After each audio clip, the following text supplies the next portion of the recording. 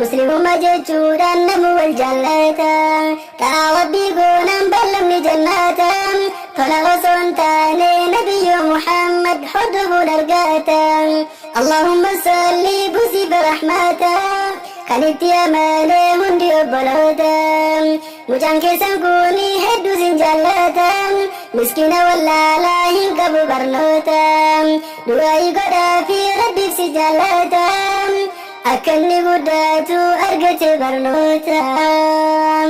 nattillee na sadiin nuti obboloota itti mataa kiyyaanii malumaaf guddata ati silaan jettu sheexanatu jeta dhaamsa xumuraatiif jarri obboloota